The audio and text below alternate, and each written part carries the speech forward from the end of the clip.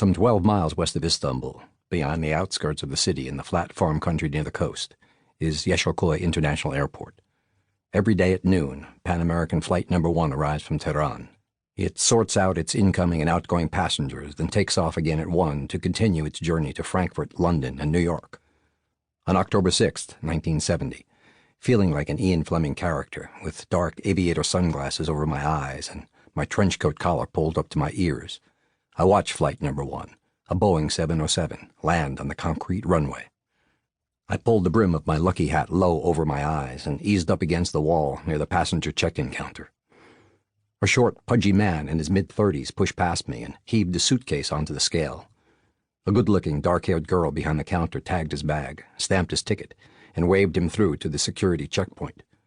From where I stood, I could see the balding spot on his head flush with effort as he walked down the long corridor. There, at the end, a bored Turkish officer in a rumpled uniform half-heartedly looked into the carry-on bag and glanced at the man's passport. Coughing on his cigarette, the guard waved the passenger on his way. I watched the pudgy man disappear into the Pan Am passenger lounge.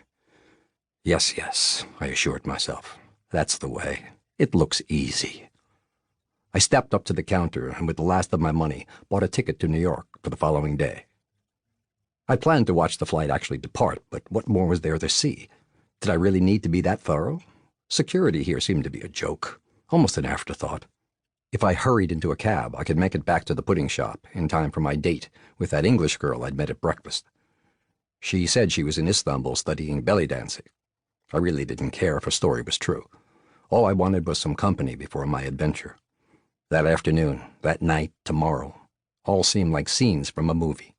And I, a little jittery, but trying my best to stay calm, was the leading man.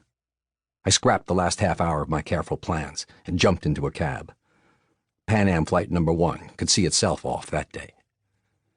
The pudding shop had almost become my home during those 10 days in Istanbul. I'd heard about it all over Europe, this wild Turkish hangout where hippie travelers gathered. I wouldn't have called myself a hippie, and my short hair wasn't exactly in style there, but the pudding shop seemed like a place where I could mix in quietly with the other foreigners. At a small outdoor table, I sipped sweet Turkish tea and waited for the girl. Everywhere around me, people talked and laughed and shouted. Hawkers and beggars and street peddlers weaved their way through the brightly dressed crowds. Street vendors cooked shish kebab. The aroma of the meat mingled with the smell of horse manure in the gutter. A small gypsy-eyed boy came around the corner, leading a huge muzzled bear on a leash. And there I sat. Anxious but excited, I awaited tomorrow's danger. The belly-dancing English girl never showed. Perhaps I should have taken it as an omen. I was early.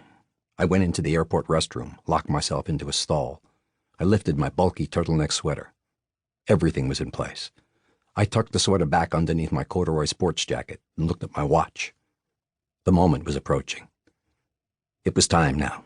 It would be easy. I checked it all out yesterday. I closed my eyes and relaxed. Then I drew a deep breath.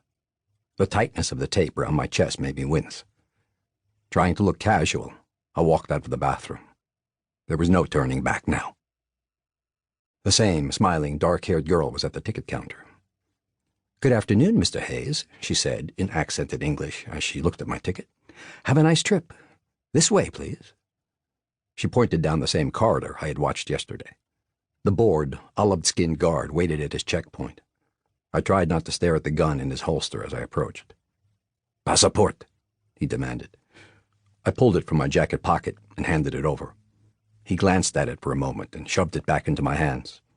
"Bag," he said. I opened my shoulder bag for him to see.